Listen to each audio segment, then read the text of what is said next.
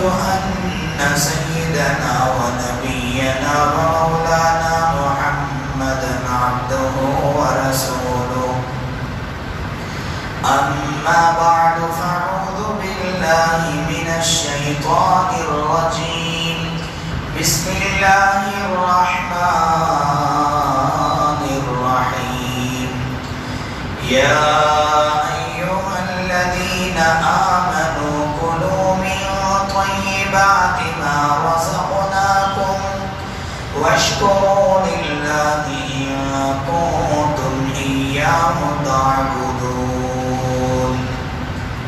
صدق الله العظيم اللهم صل على سيدنا محمد في أول كلامنا اللهم صل على سيدنا محمد في أوسط كلامنا اللهم صل على سيدنا محمد في آخر كلامنا اللہ کے نام سے شروع کرتا ہوں جو بڑا مہربان نہایت رحم کرنے والا ہے۔ درود و سلام نازل ہو میرے اور آپ کے آقا جناب محمد الرسول اللہ صلی اللہ علیہ وسلم پر، آپ کے آل پر، آپ کے ازواج پر، آپ کے اہل بیت پر، آپ کے ماننے والوں پر۔ معزز سامعین کرام، بزرگان دین، نوجوانان ملت، میں نے ابھی آپ حضرات کے روبرو سورۃ البقرہ کی ایک آیت تلاوت کی ہے۔ اس آیت میں اللہ تبارک و تعالی نے تمام اہل ایمان کو، مسلمانوں کو مخاطب کرتے ہوئے ارشاد فرمایا کہ یا ایھا الذین آمنوا کلوا من طیبات ما رزقناکم، اے ایمان والو پاکیزہ اور حلال روزی جو ہم نے تمہیں دی ہے اس میں سے کھاؤ اور پیو۔ واشکروا للہ، اور اللہ تبارک و تعالی کی شکر گزاری کرو۔ ان کنتم ایاہ تعبدون، اگر تم واقعی اللہ تبارک و تعالی کی عبادت کرتے ہو۔ حضرات اس آیت میں اللہ تبارک و تعالی نے تمام اہل ایمان کو، مسلمانوں کو رزق حلال کی جستجو کی تعلیم دی ہے، حلال روزی تلاش کرنے کی تعلیم دی ہے۔ زندگی میں ہم جو کچھ کھاتے ہیں وہ حلال ہونا چاہیے، زندگی میں جو کچھ ہم پیتے ہیں وہ حلال ہونا چاہیے، زندگی میں جو کچھ ہم پہنتے ہیں اس کا ایک ایک دھاگا حلال کا ہونا چاہیے، اور زندگی میں جس جگہ میں ہم رہتے ہیں، جس مکان میں ہم رہتے ہیں اس کا ایک ایک اینٹ حلال کا ہونا چاہیے۔ زندگی میں ہم جو تجارت کرتے ہیں، جو کاروبار کرتے ہیں، جو بزنس کرتے ہیں وہ بھی حلال ہونا چاہیے، اور زندگی میں جو ہم نوکری کرتے ہیں، مزدوری کرتے ہیں، جاب کرتے ہیں وہ بھی حلال ہونا چاہیے۔ ویسے تو اللہ تبارک و تعالی نے اس کائنات کے اندر حلال چیزوں کو بہت زیادہ پیدا فرمایا ہے، حرام کے مقابلے میں حلال چیزیں بہت زیادہ ہیں، محرم چیزیں، حلال چیزیں بہت مختصر ہیں۔ چنانچہ اللہ تبارک و تعالی قرآن مجید میں فرمایا کہ هو الذی خلق لکم ما فی الارض جمیعا منہ، اللہ تبارک و تعالی نے زمین میں جو کچھ بھی پیدا کیا ہے وہ تمہارے لیے پیدا کیا ہے، تمہارے فائدے کے لیے اللہ تعالیٰ نے بنایا ہے، تمہاری بھلائی کے لیے اللہ تبارک و تعالیٰ نے بنایا ہے۔ لہذا اللہ تبارک و تعالیٰ زمین میں جو کچھ بھی پیدا فرمایا ان میں سے اکثر چیزیں حلال ہیں، حلال بہت زیادہ ہیں حرام کے مقابلے میں۔ دوسری بات یہ ہے کہ حلال چیزیں اگر حرام راستوں سے اگر کمایا جائے تو وہ بھی حرام ہو جاتا ہے، جائز چیزیں اگر ناجائز راستوں سے اگر کمایا جائے تو وہ بھی حرام ہو جاتا ہے۔ اللہ تبارک و تعالی نے کہا کہ مال تو حلال ہے، اگر مال رشوت لے کر اگر کمایا جائے تو وہ حرام ہو جاتا ہے۔ مال حلال ہے، اگر سود کے راستے سے اگر کمایا جائے تو وہ بھی حرام ہو جاتا ہے۔ مال حلال ہے، اگر دھوکہ دے کر اگر کمایا جائے، چوری کر کے اگر کمایا جائے، جھوٹ بول کر اگر کمایا جائے تو وہ بھی حرام ہو جاتا ہے۔ مال حلال ہے، دوسروں پر ظلم کر کے، زیادتی کر کے، زبردستی کر کے اگر حاصل کیا جائے تو وہ مال حرام ہو جاتا ہے۔ مال حلال ہے، جائیداد حلال ہے، اگر دوسروں کا حق دبا کر، دوسروں کا مال ہڑپ کر کے اگر حاصل کیا جائے تو مال حرام ہو جاتا ہے۔ اس لیے مال حلال ہے، اگر حرام راستوں سے اگر کمایا جائے تو وہ چیزیں بھی حرام ہو جاتی ہیں۔ چنانچہ اللہ تبارک و تعالیٰ نے قرآن مجید میں فرمایا کہ یا ایھا الذین آمنوا لا تأکلوا اموالکم بینکم بالباطل، اے ایمان والو تم ایک دوسرے کا مال ناجائز طریقے سے مت کھاؤ، الا ان تکون تجارت عن تراض منکم، ہاں البتہ یہ ہے کہ تجارت کرو، کاروبار کرو، اس کے ذریعے سے جو کچھ تمہیں مال حاصل ہو جائے تو تم ایک دوسرے کا مال رضامندی کے ساتھ کھا سکتے ہو۔ حضرات، پیارے نبی صلی اللہ علیہ وسلم اس دنیا کے اندر جن مقاصد کو لے کر تشریف لائے، بعثت نبوی کے جو مقاصد ہیں ان میں سے بہت سارے مقاصد ہیں، ان میں سے اہم ترین مقاصد یہ ہے کہ اللہ کے نبی صلی اللہ علیہ وسلم دنیا کے اندر اس لیے بھی تشریف لائے کہ تاکہ امت کو بتائیں کہ کیا حلال ہے، کیا حرام ہے، کیا چیزیں کھانا ہے، کیا چیزیں نہیں کھانا ہے، یعنی حلال و حرام کے درمیان میں تمیز کرانے کے لیے اللہ کے نبی صلی اللہ علیہ وسلم دنیا کے اندر تشریف لائے۔ پیارے نبی صلی اللہ علیہ وسلم کے بارے میں آتا ہے، اللہ تعالیٰ نے قرآن مجید میں 9ویں پارے کے اندر پیارے نبی کی تعارف کراتے ہوئے اللہ نے فرمایا الذین یتبعون الرسول النبی الامی الذی یجدونہ مکتوبا عندهم فی التوراۃ والانجیل یأمرهم بالمعروف وینہاهم عن المنکر ویحل لهم الطیبات ویحرم علیہم الخبائث۔ اللہ تبارک و تعالیٰ کہتا ہے کہ آخر نبی کو جس مقاصد کو دے کر ہم نے دنیا میں بھیجا، جن کا تذکرہ اللہ تعالیٰ نے تورات کے اندر بھی کیا ہے، جن کا تذکرہ اللہ تعالیٰ نے انجیل کے اندر بھی اللہ نے کیا ہے، وہ رسول آئے، آ کر دنیا والوں کے سامنے حلال اور حرام کے درمیان تمیز کر کے بتا دیا کہ یہ حلال ہے، یہ حرام ہے، یہ جائز ہے، یہ ناجائز ہے۔ پیارے نبی صلی اللہ علیہ وسلم نے کھول کھول کر بتا دیا کہ کیا کیا چیزیں حلال ہیں، کیا کیا چیزیں حرام ہیں۔ حضرات، انسان اپنی جلد بازی کی وجہ سے، اپنی لالچ کی وجہ سے بہت جلد وہ حرام راستوں میں چل دیتا ہے، وہ بہت جلد حرام خوری میں اتر جاتا ہے۔ شیطان جو جھوٹے خواب دکھاتا ہے کہ بہت جلد میں کروڑ پتی بن جاؤں، بہت جلد میں لکھ پتی بن جاؤں، شیطان یہ جو جھوٹے خواب دکھاتا ہے، یہ جھوٹے خواب دیکھ کر انسان بہت جلد حرام راستوں میں چل دیتا ہے، بہت جلد حرام خوری میں چل دیتا ہے، بہت جلد وہ حرام کمانے کے راستے میں چل پڑتا ہے۔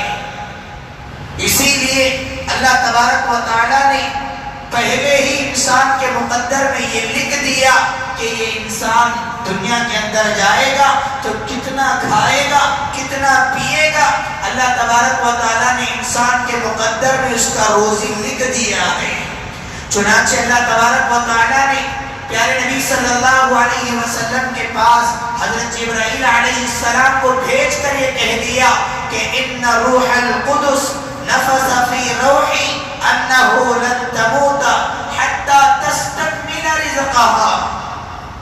پیارے نبی صلی اللہ علیہ وسلم نے فرمایا تمہارا رزق اللہ تعالیٰ نے تمہارے مقدر میں لکھ دیا ہے. اللہ نے تمہارا رزق اسی وقت لکھ دیا ہے جب تم ماں کے پیٹ میں تھے. کتنا کھاؤ گے کتنا پیو گے اللہ تبارک و تعالیٰ نے تمہارا رزق لکھ دیا ہے. جس طرح موت انسان کا پیچھا کرتی ہے بالکل اسی طریقے سے رزق بھی انسان کا پیچھا کرتی ہے. انسان اپنے مقدر کے رزق میں سے آخری دانہ بھی جب تک کھا نہیں لیتا اسے موت نہیں آئے گی. اپنی روزی کا آخری لقمہ بھی جب تک وہ کھا نہیں لیتا اسے موت نہیں آئے گی. کیوں؟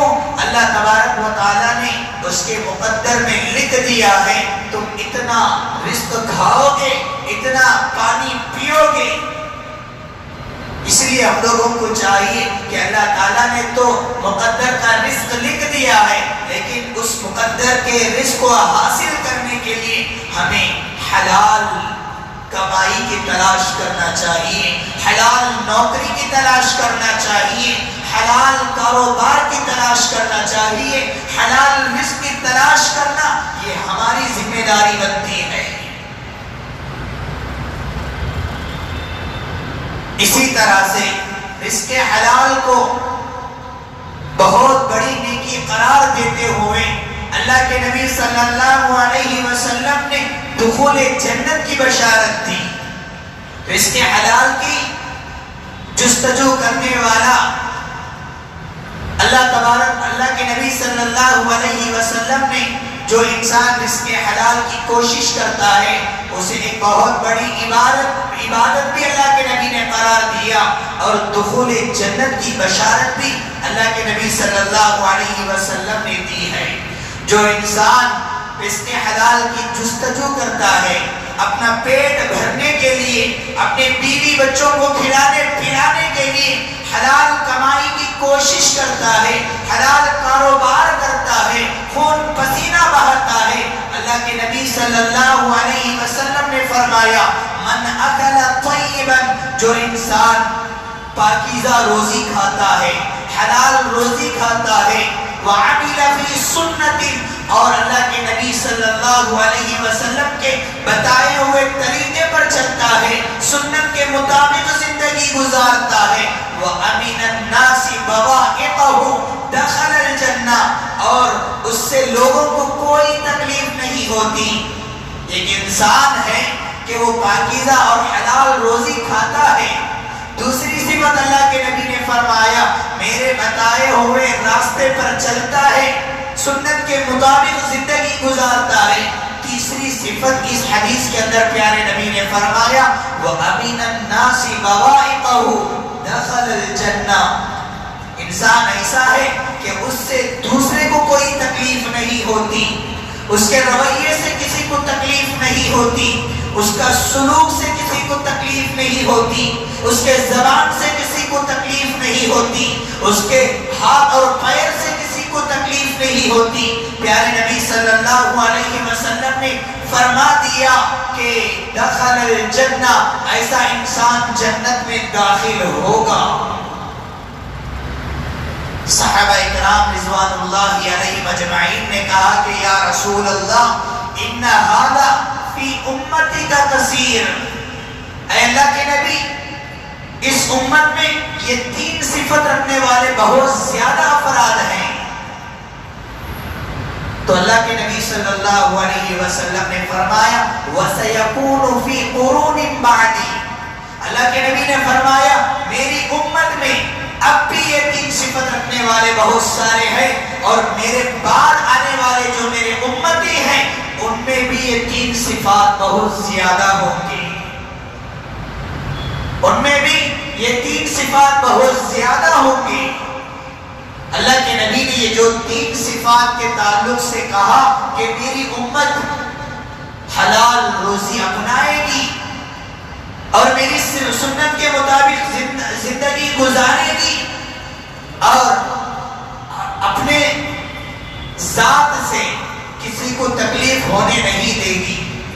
یہ 3 صفت پیارے نبی نے کہا کہ اب بھی یہ 3 صفت رکھنے والے میرے صحابہ بہت سارے ہیں اور بعد میں آنے والی میری امتی ان کے اندر بھی یہ 3 صفات ہوں گی. اور اسی طرح سے حضرات پیارے نبی صلی اللہ علیہ وسلم اور شریعت نے جو ہمیں حلال کھانے کا جو تعلیم دیا ہے، حلال پینے کا جو تعلیم دیا ہے، حلال پہننے کا جو تعلیم دیا ہے، حلال جگہ رہنے کا جو تعلیم دیا ہے، کیوں؟ کیونکہ ہماری روزی اور ہماری عملی زندگی میں بہت بڑا گہرا رشتہ ہے. ہمارا رزق اور ہماری عملی زندگی میں بہت بڑا کنیکشن ہے. پیارے نبی صلی اللہ علیہ وسلم نے فرمایا جس کی روزی اچھی ہے اس کا عمل اچھا ہے، جس کا لقمہ اچھا ہے اس کا عمل اچھا ہے. جس کی روزی حلال نہیں اس کا عمل صالح نہیں ہو سکتا. پیارے نبی صلی اللہ علیہ وسلم نے فرما دیا کہ ہم جو کھانا کھاتے ہیں، ہم جو پیتے ہیں، ہماری روزی اور ہماری عملی زندگی میں بہت بڑا گہرا رشتہ ہے. حرام کھانے والے کا شوق عبادت میں نہیں لگتی، حرام کھانے والے کا دل نماز میں نہیں لگتا، حرام کھانے والے کا دل نیکی کرنے پر آمادہ نہیں ہوتا، حرام کھانے والے کا دل ذکر میں، تلاوت میں، صدقہ و خیرات میں نہیں لگتا. اگر وہ نیکی کرنے کے لیے قدم بڑھانا چاہتا ہے تو قدم بڑھا نہیں پاتا. کیوں؟ کیونکہ اللہ تبارک و تعالیٰ نے ہماری روزی اور ہماری زندگی میں بہت بڑا گہرا رشتہ رکھ دیا ہے. اسی لیے اللہ تبارک و تعالیٰ نے قرآن مجید میں فرما دیا یا ایھا الرسل کلوا من الطیبات واعملوا صالحا. اے پیغمبروں، اے رسولوں، اے میرے نبیوں، حلال روزی کھاؤ، پاکیزہ روزی کھاؤ، وَاعْمَلُوا صَالِحًا اور نیک عمل کیے جاؤ. اس آیت کے اندر اگر آپ غور کریں گے تو آپ کو پتہ چلے گا کہ یا ایھا الرسل کلوا من الطیبات وَاعْمَلُوا صَالِحًا، حلال چیزیں کھاؤ اور نیک عمل کیے جاؤ. اللہ تعالیٰ نے دونوں کو بازو بازو بیان فرمایا، ایک کے پیچھے دوسرے کو بیان فرمایا. حلال روزی کھاؤ گے تو تم کو نیک عمل کرنے کی توفیق ملے گی. اگر تمہاری زندگی میں حلال روزی نہیں ہے، اگر تمہاری زندگی میں حلال رزق نہیں ہے تو تمہیں نماز کی توفیق نہیں ملے گی، تمہیں تلاوت کی توفیق نہیں ملے گی، تمہیں ذکر و اذکار کی توفیق نہیں ملے گی. اسی لیے ہم لوگوں کو چاہیے کہ ہم حلال روزی کھانے کی جستجو کریں، اس میں حلال کی کوشش کریں. آج بہت سارے افراد شکایت لے کر آتے ہیں کہ ہم نے نماز پڑھنا چاہتے ہیں، ہم تلاوت کرنا چاہتے ہیں، قرآن پڑھنا چاہتے ہیں، ذکر کرنا چاہتے ہیں، لیکن نماز پڑھنے کے لیے ہمارا دل نہیں مانتا، تلاوت کرنے کے لیے ہمارا من نہیں ہے، ذکر کرنے کے لیے ہمارا دل نہیں ہے. کیوں؟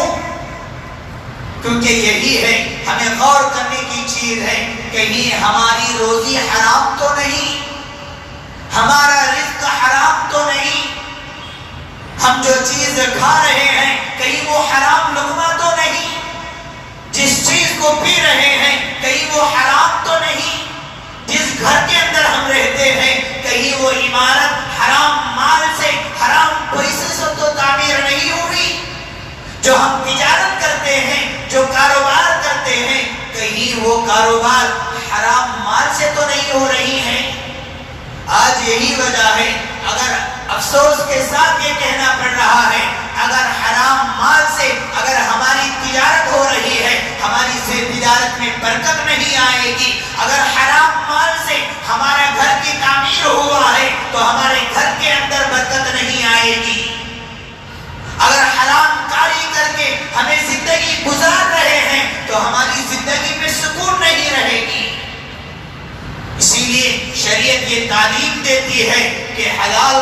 کھاؤ، حلال رزق کھاؤ، حلال کمائی کرو، حلال نوکری کرو، حلال کاروبار کرو۔ اور اسی طرح سے حضرات، روزی اور قبولیت عمل میں بہت بڑا گہرا رشتہ ہے۔ جس طرح روزی اور عملی زندگی میں بہت بڑا گہرا رشتہ ہے، بالکل اسی طریقے سے ہمارا رزق اور ہم جو عبادت کرتے ہیں اس کی قبولیت کا بہت بڑا کنیکشن ہے۔ اگر ہماری روزی حلال ہے، ہمارا رزق حلال ہے، تو ہم جو عبادت کرتے ہیں، ہم جو عمل کرتے ہیں، تو وہ اللہ کے دربار میں قابل قبول ہوگی۔ ورنہ اگر ہماری روزی حلال نہیں ہے، ہمارا رزق حلال نہیں ہے، تو ہم جو عبادت کرتے ہیں، چاہے وہ لاکھ عبادت کر لیں، چاہے وہ لاکھ نمازیں پڑھ لیں، چاہے وہ صف اول کا نمازی کیوں نہ ہو، چاہے وہ 50 اور 10 حج نہ کر لیں، اس کا عمل قابل قبول نہیں ہوگا۔ اس لیے زندگی، پیارے نبی صلی اللہ علیہ وسلم نے فرمایا، ان اللہ طیب ولا يقبل اللہ طیبا، کیونکہ اللہ تبارک و تعالی پاک ہے اور پاکیزہ چیزوں کو پسند کرتا ہے اور پاکیزہ اور حلال چیزوں کو قبول کرتا ہے۔ اسی طرح اللہ کے نبی صلی اللہ علیہ وسلم نے فرمایا، لا يقبل اللہ صلاة بغیر طہور ولا صدقة بالغلول۔ پیارے نبی صلی اللہ علیہ وسلم نے فرمایا، بغیر وضو کے انسان نماز نہیں پڑھ سکتا۔ جس کی وضو نہیں اس کی نماز نہیں، اور جس کا مال حلال نہیں اس کا صدقہ قبول نہیں۔ پیارے نبی کیا کہہ رہے ہیں؟ غور سے سننے کی بات ہے۔ جس کی وضو نہیں اس کی نماز نہیں، جس کا مال حلال نہیں وہ اس کا صدقہ بھی قبول نہیں۔ آج ہمارے معاشرے میں جو غنڈوں کا کلچر ہے، آپ دیکھ سکتے ہیں کہ مالداروں کو لوٹو، غریبوں میں تقسیم کرو، تاجروں پر ظلم کرو، غریبوں میں لنگر لگاؤ۔ یہ نیکسٹ کا کلچر ہے۔ تاجروں پر جا کر ظلم کرتے ہیں، ہفتہ واری وصول کرتے ہیں، اور غریبوں میں لنگر لگا رہے ہیں، غریبوں میں راشن تقسیم کر رہے ہیں، بیواؤں اور یتیموں کو کھلا رہے ہیں۔ کھلانے سے پہلے یہ تو دیکھو کہ یہ جو مال میں غریب کو کھلا رہا ہوں، یتیم کو کھلا رہا ہوں، بیوہ کو کھلا رہا ہوں، غریبوں میں جو لنگر لگا رہا ہوں، غریبوں میں جو راشن تقسیم کر رہا ہوں، یہ جو مال ہے حلال ہے یا حرام ہے؟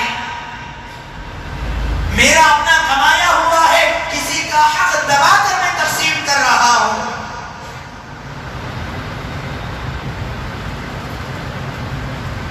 اگر دوسروں پر ظلم و زبردستی کر کے اگر مال حاصل کر کے دوسروں کو اگر مدد کریں، بیوی یعنی بیواؤں اور یتیموں کو کھلایا جائے، غریبوں میں راشن تقسیم کیا جائے، پیارے نبی صلی اللہ علیہ وسلم نے فرمایا، وَلَا صَدَقَةً بِالْغُلُولِ، جو حرام مال ہے، جو حرام مال سے جو صدقہ کرتا ہے اس کا صدقہ قبول نہیں ہوتا۔ اسی لیے ہم لوگوں کو چاہیے کہ صدقہ کرنے سے پہلے دیکھیں کہ یہ جو مال صدقہ کر رہا ہوں، یہ جو مال دے کر میں غریب کی مدد کر رہا ہوں، یہ جو مال کے ذریعے سے میں راشن تقسیم کر رہا ہوں، یہ میرا اپنا کمایا ہوا ہے یا نہیں، یہ حلال ہے یا نہیں، غور کرنے کی بات ہے۔ اور اسی طرح سے حضرات، رزق ہم جو کھاتے ہیں، ہماری روزی، ہمارا رزق اور قبولیت دعا میں بہت بڑا گہرا رشتہ ہے۔ اگر ہماری روزی حلال ہے تو اللہ تبارک و تعالی ہماری دعا کو، ہماری ندا کو، ہماری پکار کو ضرور سنتا ہے، ہماری دعا کو ضرور قبول کرتا ہے۔ پیارے نبی صلی اللہ علیہ وسلم نے حضرت سعد بن ابی وقاص رضی اللہ عنہ کو یہ نصیحت کرتے ہوئے فرمایا اقم مطعمک یستجاب لک، اے سعد اپنی روزی کو حلال بنا لو، تم مستجاب الدعوات بن جاؤ گی۔ اپنا رزق کو حلال بناؤ کہ اللہ تبارک و تعالیٰ تمہاری دعائیں ضرور قبول کرے گا۔ آپ دیکھیں گے حضرت سعد بن ابی وقاص رضی اللہ عنہ ان صحابہ میں سے تھے جن کی دعائیں قبول ہوتی تھی، مستجاب الدعوات میں سے تھے۔ اگر جس کی روزی حلال نہیں، جس کا رزق حلال نہیں، چاہے وہ اپنے پاس ہزاروں قبولیت دعا کے اسباب رکھ لیں، ان کی دعائیں قبول نہیں ہوگی۔ پیارے نبی صلی اللہ علیہ وسلم نے ایک شخص کے بارے میں فرمایا ثم ذکر الرجل اشعث اخبر ومطعمه حلال ومشربه حلال ومطعمه حرام وغذي بالحرام وأنى يستجاب لذلك۔ پیارے نبی صلی اللہ علیہ وسلم نے ایک ایسے شخص کے بارے میں تذکرہ فرمایا ایک ایسے شخص کے بارے میں تذکرہ فرمایا جو بہت لمبے سفر میں گیا ہو، ایک مسافر ہو جو بہت طویل سفر میں گیا ہو، جس کا بال پراگندہ ہے، جس کا حال پراگندہ ہے۔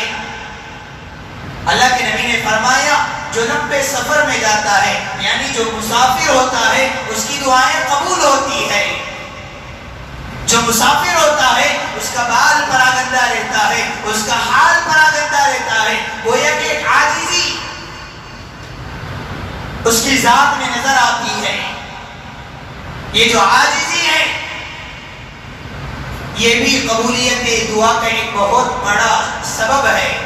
ایسے ہزاروں سبب رکھو اپنے پاس، لیکن روزی حلال نہیں ہے، حلال رزق نہیں ہے، تمہاری دعائیں ہرگز قبول نہیں ہوگی۔ آج امت کے اندر پوری اجتماعی طور پر دعائیں کر رہے ہیں، فلسطین کے لیے دعائیں کر رہے ہیں، فلاں کے لیے دعائیں کر رہے ہیں، فلاں کے لیے دعائیں کر رہے ہیں، لیکن ہماری دعائیں کیوں قبول نہیں ہوتی؟ اپنی زندگی میں نظر دوڑائیں، اپنے گریبان میں جھانک کر دیکھیں کہیں ہماری روزی حرام تو نہیں، ہمارا مکان حرام کا تو نہیں، ہمارا لباس حرام کا تو نہیں، ہمارا کاروبار، ہمارے جو بزنس ہے وہ حرام کا تو نہیں۔ اپنی روزی کو حلال بنا لو، اپنا رزق کو حلال بنا لو، اس کے بعد دعائیں کرو، اس کے بعد اللہ کے پاس ہاتھ اٹھاؤ، اللہ تبارک و تعالیٰ تمہارا ہاتھ کو خالی نہیں لوٹائے گا۔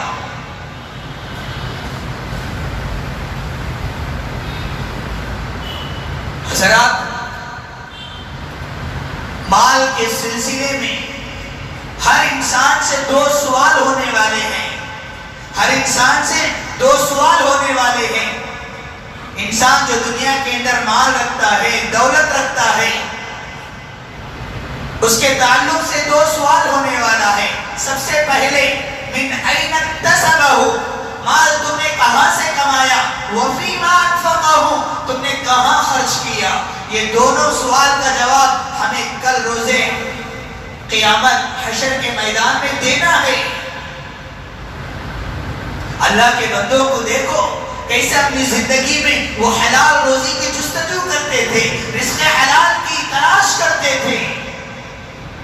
آپ حضرات ہر جمعہ سورہ کہف پڑھتے ہوں گے۔ سورہ کہف، اصحاب کہف، چند نوجوان کے بارے میں اللہ تبارک و تعالیٰ نے قرآن مجید میں ان کا تذکرہ فرمایا۔ وہ چند نوجوان جو اپنے ایمان کی حفاظت کے لیے، اپنی عقیدے کی حفاظت کے لیے ایک غار میں جا کر چھپ گئے، اللہ تبارک و تعالیٰ نے ان پر نیند طاری کر دی، یہاں تک کہ مختلف روایات ہیں انہوں نے 309 سال اس غار میں سوئے رہے۔ 309 سال کے بعد جب اللہ تبارک و تعالیٰ نے ان کو جگایا، جب وہ نیند سے جاگے تو ان کو بھوک لگنے لگی۔ اصحاب کہف، ان کو بھوک لگنے لگی تو وہ کہنے لگے کہ فَبَعَثُوا أَحَدَكُمْ بِوَرِقٍ فَلْيَنْظُرْ أَيُّهَا أَزْكَىٰ طَعَامًا۔ وہ لوگ آپس میں بات کرنے لگے کہ یہ جو چاندی کا سکہ ہے ہم میں سے کوئی لے کر جائے، جا کر شہر میں جا کر دیکھیں کہ حلال روزی کہاں ملتی ہے، حلال رزق کہاں ملتا ہے، کیونکہ یہ جو شہر ہے اللہ سے بغاوت کرنے والوں کا شہر ہے، یہ ایسا شہر ہے جو حلال اور حرام کے درمیان میں تمیز نہیں کرتی، ایسے لوگوں کا شہر ہے۔ اس لیے ہم میں سے کوئی آدمی جائے، جا کر دیکھے کہ حلال روزی کہاں ملتی ہے۔ 309 سال جاگنے کے بعد جب ان کو بھوک لگتی ہے تو وہ حلال روزی کی تلاش کرتے ہیں، رزق حلال کی تلاش کرتے ہیں۔ ایسے بہت سارے واقعات کتابوں کے اندر بھرے پڑے ہیں۔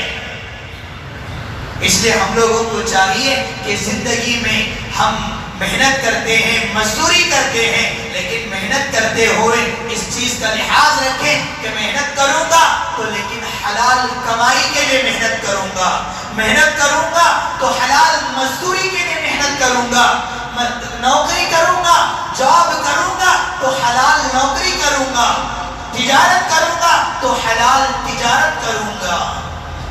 اللہ تبارک و تعالیٰ سے دعا فرمائیں کہ اللہ تبارک و تعالیٰ ہم تمام کو رزق حلال کی جستجو نصیب فرمائے، ہماری زندگی میں حلال روزی کھانے کی ہمیں توفیق نصیب فرمائے۔